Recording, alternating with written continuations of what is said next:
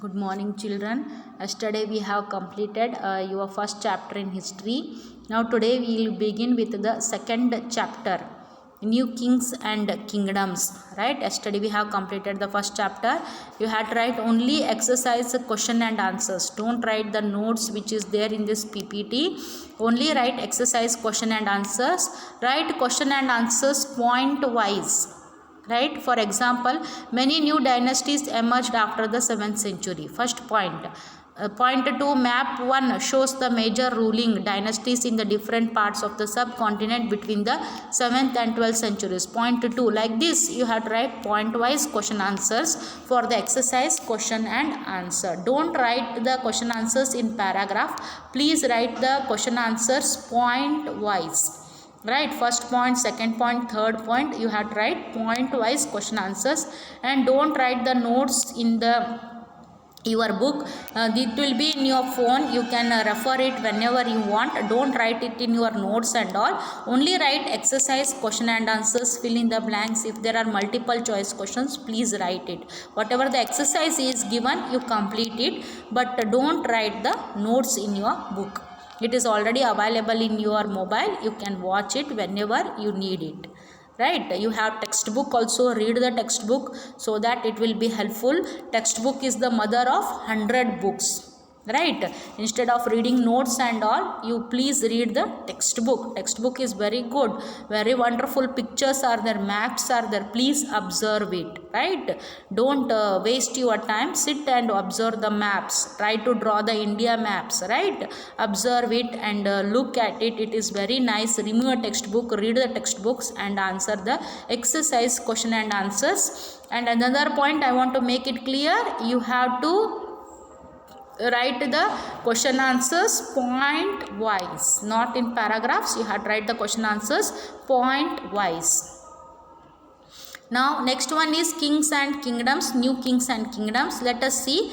After that, after the history, you saw that human being was able to collect the food, he was able to grow the food, he was able to view the cloth, and he was able to wear the cloths and all. Now let us move how the new kings and kingdoms were established in the past, in the history. Let us see it. Many new dynasties emerged after the 7th century. Map 1 shows the major ruling dynasties in different parts of the subcontinent between the 7th and the 12th centuries. In the 7th and 12th centuries, we saw many dynasties were ruling in different parts of the subcontinent. Let us see. The emergence of new dynasties. By the 7th century, there were big landlords or warrior chiefs in different regions of the subcontinent. Existing kings often acknowledged them as their subordinates or samantas. So how they were acknowledging them, how they were calling them as the samantas, or they were calling them as the subordinates, right? They were expected to bring gifts for their kings. Yes, what you have to do, you have to give the gifts for the kings, for the big king, for the main king. What you have to give, you have to give the gifts. For example, Bagalkot, there the main king is there. Mudhol king, he is the subordinate, he is the samanta. Jamkandi king, he is the samanta, he is the subordinate, right? He has to give all these the gifts to whom? To the Bagalkote king. Like that, in the olden days it was there. The village kings, the town kings, the city kings were the subordinates. They were called as samantas, and they have to collect the gifts, taxes, and they have to give to their kings. Be present at their courts or overlords. Be present at their courts and provide them with military support. Yes, whenever the enemy is attacking, they have to give the military support also. And in their courts, they were present, right? They were sitting. You have seen in a lot of movies. Mal Raja ಕೂತಿರ್ತಾನ್ರಿ, ತಳಗೆಲ್ಲ ಸಣ್ಣ chair ಹಾಕೊಂಡು ಸಣ್ಣ ರಾಜಗಳು ಕೂತಿರ್ತಾರೆ. They are called as samantas. In his court, you have seen in the movie Krishna Devaraya. If you see that movie, there in many of the Dr. Rajkumar movies, old movies, you will see that. And even now Shivraj Kumar movie also, you can see lot of things where the king is sitting on the throne, and down there are so many chairs. In that the prime minister will be sitting, and all the samantas will also be sitting there, right? As Samantas gained power and wealth, they declared themselves to be Mahasamanta, Mahamandaleshwara, the great lord of a circle or a region. So when they became more powerful, when they gained more power and wealth, that time they declared themselves as the Mahasamanta and Mahamandaleshwara. Like that they have declared themselves and so on. Sometimes they asserted their independence from their overlords. So they started having their independence. They became the independent from the overlords and they declared themselves as the Mahasamantas and Mahamandaleshwaras. One such instant was that of the Rashtrakutas in the Deccan. So there is an example who declared themselves as Mahasamantas or Mahamandaleshwaras. The examples is the Rashtrakutas. Let us see. In the Deccan means south. What happened? Initially there were subordinate to the Chalukyas of Karnataka. These Rashtrakutas were the subordinates. They were the Samantas of the Chalukya kings. But what happened? Danti Durga, a Rashtrakuta chief, overthrew his Chalukya overlord and performed a ritual called Hiranya Garbha, literally the golden womb. When this ritual was performed with the help of Brahmanas, it was thought to lead to the rebirth of the sacrificer as a Kshatriya, even if he was not one by birth. So what happened here? The Rashtrakutas, they overthrew the Chalukya. They removed the Chalukya king, and who became the ruler? It is the Rashtrakutas. For that sake he performed one yagna. He called it as Hiranya Garbha, means the golden womb. Brahma andra Bangarada vatti ಒಳಗಿನ ಕರಳು ಇರ್ತದಲ್ರಿ womb, that is called the golden ಬಂಗಾರದ ಕರಳು. He performed that Hiranya Garbha. Garbha, right? Golden womb andre Hiranya means gold womb, golden womb. Garbha andre ತಾಯಿದ ಗರ್ಭ ಅಂದ್ರೆ ತಾಯಿ ಹೊಟ್ಟಿ ಒಳಗೆ ಮಗು ಇರ್ತೈತೆ. ಸೊ ದಟ್ ಈಸ್ ಕಾಲ್ಡ್ ಗರ್ಭ. ಆ ಯಜ್ಞವನ್ನು he performed it. When this ritual was performed, he took the help of Brahmanas. He performed that and he told that it is a rebirth of the sacrificer as a Kshatriya. When he dies again he will be born as a Kshatriya only.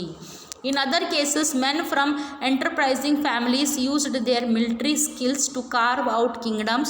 For instance, the Kadamba, Maurya Sharman and the Gurjara, Prathira, Harishchandra were Brahmanas who gave up their traditional professions and took to arms, successfully establishing kingdoms in Karnataka and Rajasthan respectively. So what happens? For example, these are the families which are of the by born they were Brahmins, but what happened? They were having very good military skills. So for that sake they gave up their Brahmana caste and they became the Kshatriyas. They started fighting like the warriors. They fought many battles. Instead of working as a priest, instead of performing the pujas, they started conquering the cities. They started fighting the battles. Examples are Kadamba, Maurya Sharman and Gurjara, Pratihara, Harishchandra. These two were the Brahmins as a caste. Their caste was Brahmin, but they took traditional profession and they took arms. They give up their traditional profession, right? And what they did, they took the arms and successfully they established kingdoms in Karnataka as well as in Rajasthan. Administration in the kingdoms. Many of these new kings adopted high sounding titles such as Maharaja, Adhiraja, great king, overlord of the kings. They had given the sounding titles. They had given themselves the titles as Maharaja and Adhiraja, means king, overlord of the kings. Tribhuvana Chakravartina, lord of three worlds. See, Tribhuvana, lord of the three worlds, and so on. In the spite of such claims, they often shared power with their Samantas as well, with associations of peasants, traders and Brahmanas. So they had shared power with their Samantas as well as with associations of peasants, means farmers, traders and Brahmanas. They were having a very good association. In each of these states, that is Karnataka and Gujarat, what had happened, Rajasthan and all, resources were obtained from the producers, that is peasants, cattle keepers, artisans, who were often persuaded or compelled to surrender part of what they produced. So whatever the peasants, farmers were producing, whatever the cattle keepers were producing, whatever the artisans, means potters, carpenters, blacksmiths, goldsmiths, whatever they were making, they have to surrender some part of it to whom? To the kings. Sometimes these were claimed as rent due to a lord who asserted that he owned the land. Revenue was also collected from traders. So what happens here? He was collecting it in the form of the rent. And also the king was collecting the taxes on the land because he is the owner of the land. Then revenue was also collected by some traders. From the traders were also collecting the revenues. These resources were used to finance the king's establishment as well as for the construction of temples and forts. Yes, they were using it in order to, whatever the revenue was collected, that they were using to construct the forts, to construct the temples. They were also used to fight wars which were in turn expected to lead to acquisition of wealth in the form of plunder and access to land as well as trade routes. So what they were doing, they were also fighting, they were also using it, the whatever the amount they have collected, they were also using it in the expenditures for the wars, where in turn they were plundering lot of wealth, they were getting lot of wealth, they were getting the excess land to for the trade, they were getting the lands to trade. So for that sake they were collecting all these to, in order to meet the war expenditure also, they were collecting the taxes from the people. The functionaries for collecting revenue were generally recruited from influential families and positions were often hereditary. Yes, the collecting revenue was generally recruited from influential family, means from the big families. Landlords were collecting the taxes and it was hereditary. The landlord's son will collect the taxes, landlord's grandson will collect the taxes. It was hereditary. This was the true about the army as well. In many cases, close relative of the king held these positions. Yes, in the army also it was the same thing. The close relatives of the king used to take the positions, held positions in the army. Commanders, chieftains, they were all the relatives of the king. Parshatis and land grants. Parshatis contain details that may not be literally true. So Parshatis were getting the details which was not literally true, but they tell us how rulers wanted to depict themselves as valiant, victorious warriors. For example, these were composed by learned Brahmanas who occasionally helped in the administration. So what happens? They wanted to prove themselves as victorious warriors. They wanted to show to the people, to the subjects, that they were the victorious warriors. They were the rich kings. They were the great kings. They were the overlord of the kings. So for that they used to bring the learned Brahmanas who occasionally they used to do some administration work. They used to help these people in writing all these things about the kings. Next one, the achievements of Nagabhatta. Many rurals described their achievements in Prashastis. You read about the Prashati of the Gupta ruler Samudragupta last year. One Prashati written in Sanskrit and found in Gwalior, Madhya Pradesh, describes the exploits of Nagabhatta, a Pratihara king, as follows. The king of Andhra, Saindhava, Vidarbha, part of Maharashtra, and Kalinga, part of Orissa, fell before him even he was a prince. So when these all parts he had conquered when he was a prince. Prince means he is not a king. Rajkumara iddagle he has conquered all these things.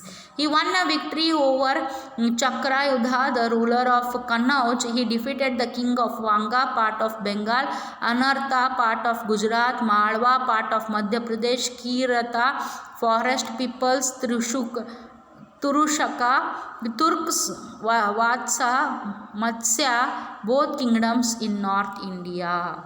So this is all the things which are written in Sanskrit about the king, right? About the king, Pratihara king, who was not a king, who was just a prince, but he has conquered all these territories at his very young age. This shows the victories of the king which were written, the achievements of the Nagabhatta. In that book he has written all these things. Let us see now next further. Kings often rewarded Brahmanas by grants of land. These were recorded on copper plates which were given to those who received the land. So this was recorded, all these things. Kings often rewarded the Brahmana by giving the grants of land. They were giving the grants of land to the Brahmana because they were writing all the victories of the king, and they were recorded on where? On the copper plates which were given to those who received the land. So those who were receiving the land, in those days papers were not there, they were writing it on the documents, whatever, so and so person, right, got the land. On the copper plates they were writing, and they were putting a seal of the king's seal, and they were giving it to the Brahmanas.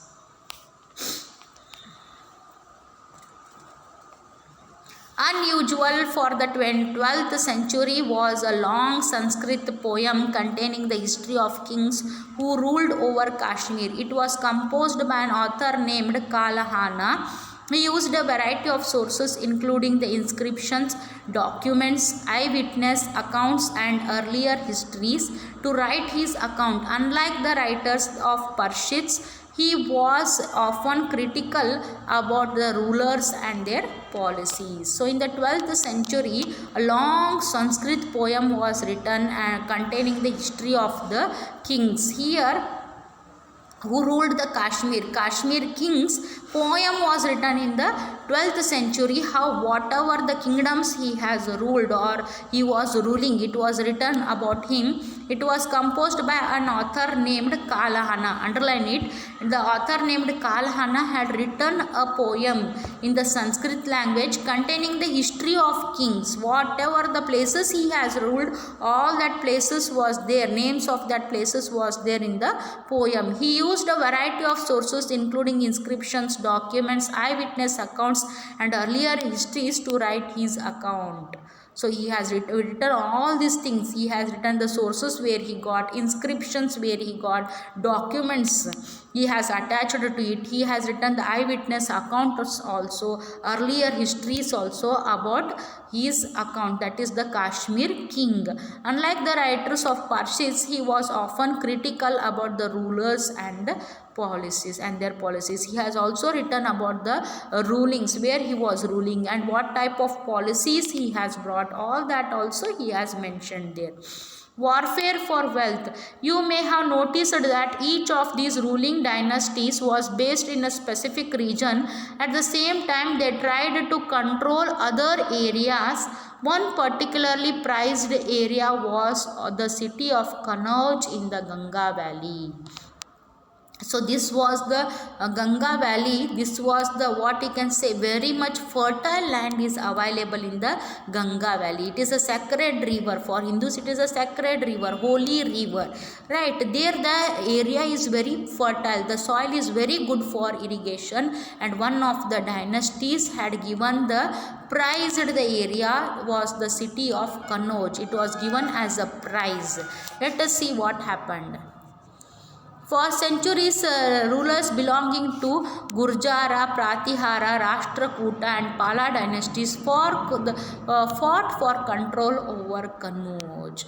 So all these three dynasties, Rashtrakuta, Pala dynasties, Gurjara, Pratihara dynasties, all these three dynasties were fighting in order to have the area, the place of the Kannauj. Because there were three parties in this long drawn conflict, historians often describe it as a tri-party struggle, partited struggle.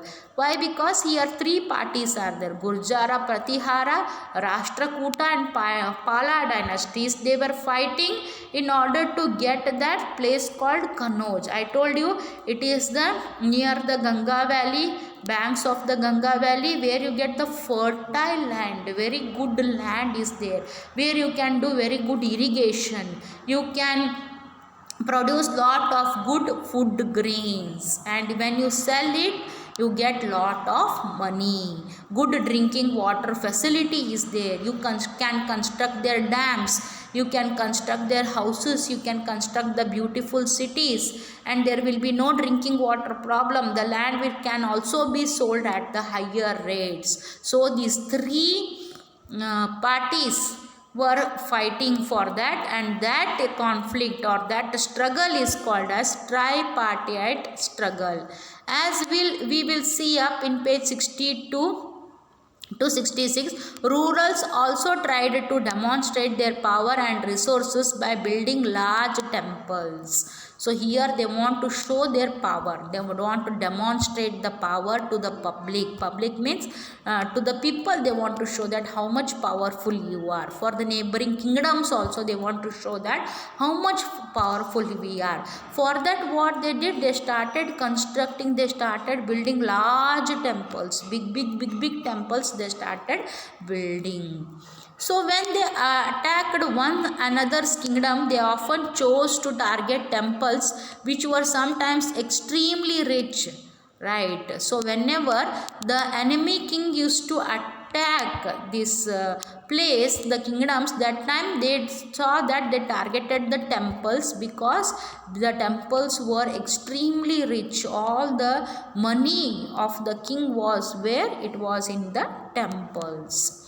One of the best known of such rulers is Sultan Muhammad of Ghazni, Afghanistan. He ruled from 1997 to 1030 and extended control over parts of Central Asia, Iran and northwestern part of the subcontinent. He raided the subcontinent almost every year. His targets were wealthy temples, including that of Somnath, Gujarat. So Sultan Muhammad of Ghazni, what he did, he invaded India many times. He ruled from 1997 to 1030, almost 33 years he has ruled India, and that time he had controlled vast parts of the Central Asia, Iran and the northwestern part of the subcontinent. He raided the subcontinent almost every year. Why? Because his target were wealthy temples, including that of the Somnath, Gujarat. Much of the wealth Muhammad carried away was used to create a splendid capital city at Ghazni. He wanted to make a splendid city, means a beautiful city. Now we are selling no electronic city, garden city, like that. He want to create the city, splendid city means very sophisticated city in those times, for that Ghazni. So for that sake he was looting the wealth of the India. He was interested in finding out more about people he conquered. He was finding out more about the people he was conquering, and entrusted a scholar named Al-Biruni to write an account of the subcontinent. He had kept one person, one scholar called Al-Biruni to maintain his account, right? Whatever he was looting, no, that account he told Al-Biruni to maintain it. This Arabic work known as the Kitab al-Hind. So he's underlined it. This book, this Arabic work is written in one book known as the Kitab al-Hind. Please underline it. Remains an important source for the historians. Now how did historians came to know that Muhammad Ghazni, he looted India, he started ruling India from 1997 to 1030. How did they come to know? They came to know by this book called Kitab al-Hind, where he has written, Al-Biruni has written all the accounts of the Muhammad Ghazni. remains an important source for historian. He consulted Sanskrit scholars to prepare this account. He also consulted the Sanskrit scholars to prepare this account. He had to make account for me. He also consulted the Sanskrit scholars also. Other kings who engaged in warfare include the Chahamanas, later known as Chauhans, who ruled over the region around Delhi and Ajmer. So next came after this Muhammad Ghazni, it was the Chauhans who became the kings, and they started ruling over the region around the Delhi and Ajmer. They attempted to expand their control to the west and the east. What they did, they started, as soon as one becomes king, his main motto is to expand his kingdom. So they started expanding to the west also as well as to the east also. So let us see where they were opposed by the Chalukyas of Gujarat and Gahadwalas of western Uttar Pradesh. The best known Chahamana ruler was Prithviraj III, who defeated an Afghan ruler named Sultan Muhammad Ghori in 1191, but lost him the very next year in 1192. So what happened? These Gadwalas of western Uttar Pradesh, the Chalukyas of Gujarat and Gadwalas of western Uttar Pradesh, the best known Chahamana ruler was Prithviraj III, who defeated an Afghan ruler named Sultan Muhammad Ghori. You know all of Prithviraj Chauhan's, lot of stories are there, you all know it, and he is the same Prithviraj Chauhan. In 1191 he defeats the Sultan Muhammad Ghori in the battle, but what happened, the very next year he will die because of in the war he becomes very much physically weak, he loses his eyes, he becomes physically weak, and by the next year his death occurs.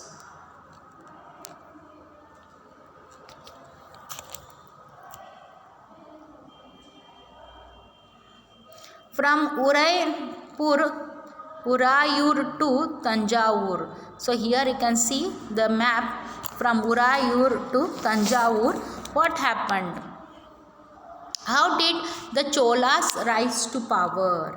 A minor chiefly family known as the Muttar Iyer held power in the Kaveri Delta. In the banks of the river of Kaveri. You know, for Karnataka, Kaveri is the sacred river or the holy river. In that delta means in the banks of the Kaveri river, there were the Cholas.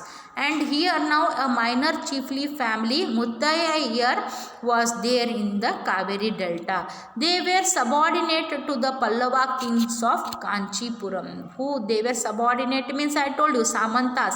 Already you know, Samantas means subordinate king. To whom? To the Pallava kings of Kanchipuram. Vijayalaya, who belonged to the ancient chief family of the Cholas from Urayur, captured the delta from the Muttarayar in the middle of the 9th century. He built the town called Tanjavur and a temple for goddess Nishumbha Sudini there. So what happened here? Muttaya Iyer, he defeated the Cholas from Urayur and captured the delta in the mid of the 9th century. There he built the town called the Tanjavur, and he also built a temple for the goddess Nishumbha Sudini. He built the temple for the goddess, for the Devi. The successors of Vijayalaya conquered neighboring regions and kingdom and grew in size and power. The successors of Vijayalaya, what happened? They conquered the neighboring regions and the kingdom, and they grew in size and power. They became more powerful. Whom? The successors of Vijayalaya.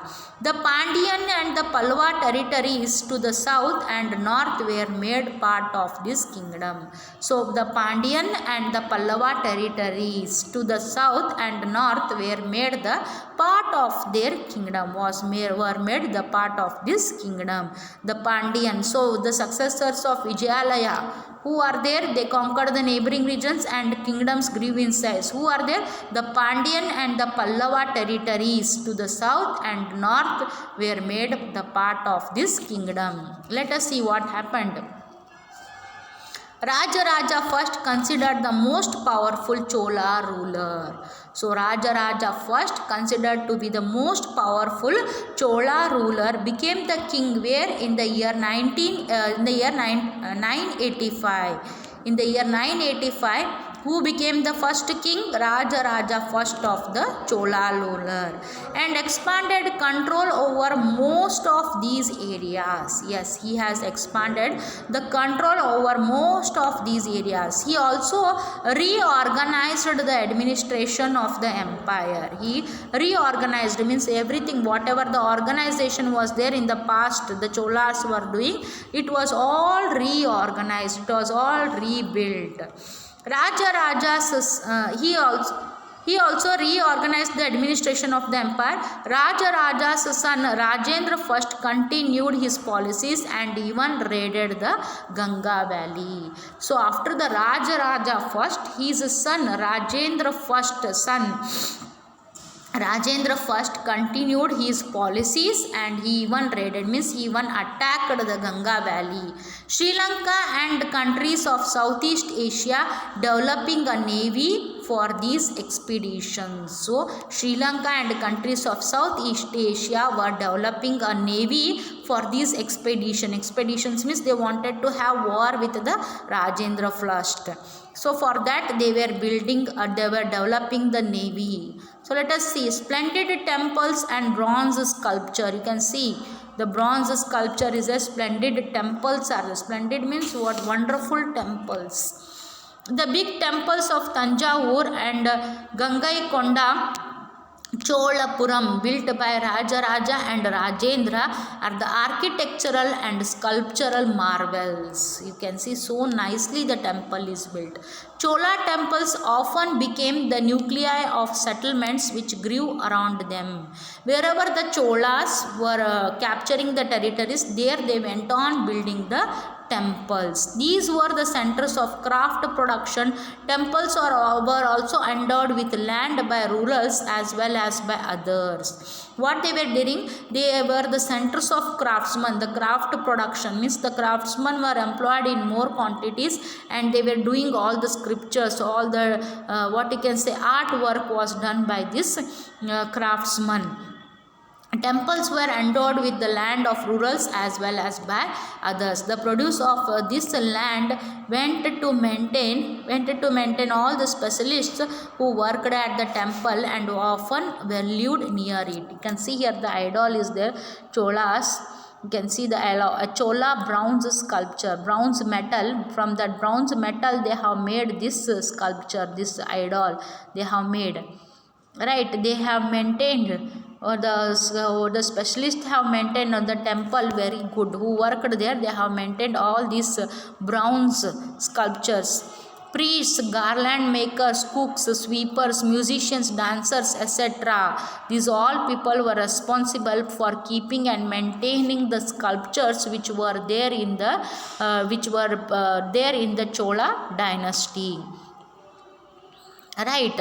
Amongst the crafts associated with the temples, the making of bronze images was the most distinctive. Chola bronze images are considered amongst the finest in the world. Just see here, this bronze idol and all, it was there only in the Chola dynasty. In the Chola rurals were able to make these bronze images, and till today it is famous all over the world. While most images were of deities, sometimes images were made of devotees as well. Deities means most of the images are made up of God. Sometimes the devotees images were also made. ಇದು ಗೊಂಬೆಗಳು ಮೆಟಲಿನ ಗೊಂಬೆಗಳು ದೇವ್ರದ್ದು ಅಷ್ಟೇ ಅಲ್ದ ಮಾಡೋದಲ್ದ ಕೆಲವೊಂದು ಸತಿ ಏನು ಮಾಡ್ತಿದ್ರು ಭಕ್ತಾದಿಗಳದ್ದು ಕೂಡ ಮಾಡ್ತಿದ್ರು. Agriculture and irrigation. Many of the achievements of the Cholas were made possible through new developments in agriculture. Look at map 2 again. Notice that river Kaveri branches often into several small channels before emptying into Bay of Bengal. These channels overflow frequently, depositing fertile soils on the banks of the river. Before emptying Bay of Bengal, the channels several small channels emptying into Bay of Bengal. If they are going to some of the channels of the water, they are rivers, they are flowing into the Bay of Bengal. Before that, the Kaveri river was able to flow frequently. What it was doing? It was depositing fertile soil on the banks. Water from the channels also provides the necessary moisture for agriculture. So because of that fertile soil of that, which one? The banks, on the banks of the river, it was deposited the fertile soil. Right, this fertile soil was used, the moisture, for agriculture. It was used for agriculture, particularly for the cultivation of rice. For the cultivation of rice, this fertile soil was used. Although agriculture had developed in the other parts of Tamil Nadu, it was only from the 5th or 6th century that this area was opened up for large scale cultivations. So what happened? From the 5th and 6th century, we saw that there was a large scale cultivation of the crops, cultivation of the food grains.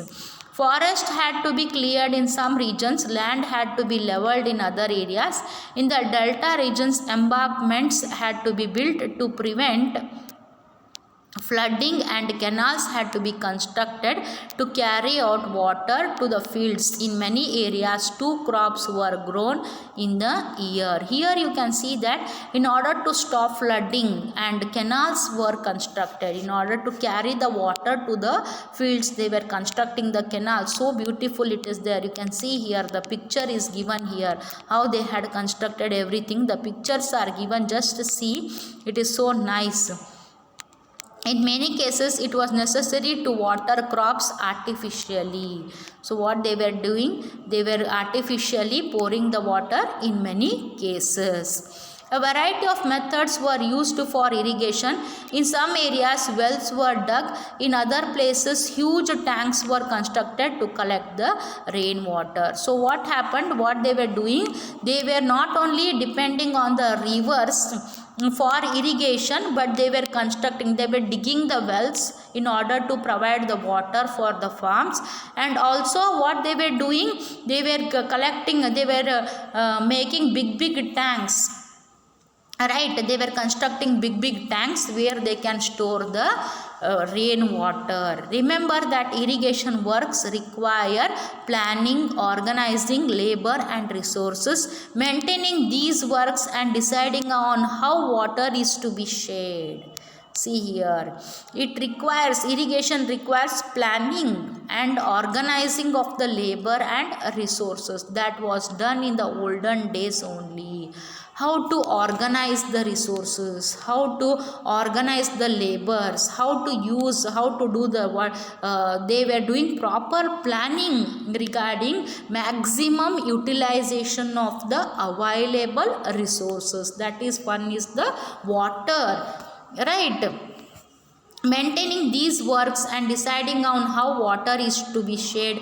Most of the new rurals as well as people living in villages took an active interest in these activities. Yes, how water should be shared between the different farms to make the irrigation, and people in the villages also took interest in that. Everyone was eager and everyone was supporting the king in order to share the water between the farms. So there was maximum utilization of the labor, maximum utilization of the resources like water, and there was planning, there was organizing, and there was suggestions, advices taken by the village leaders, as well as the king took the interest in order to divide, in order to share the water between the farmers. Okay, this is how it was there in the Chola dynasty. Now let us move further.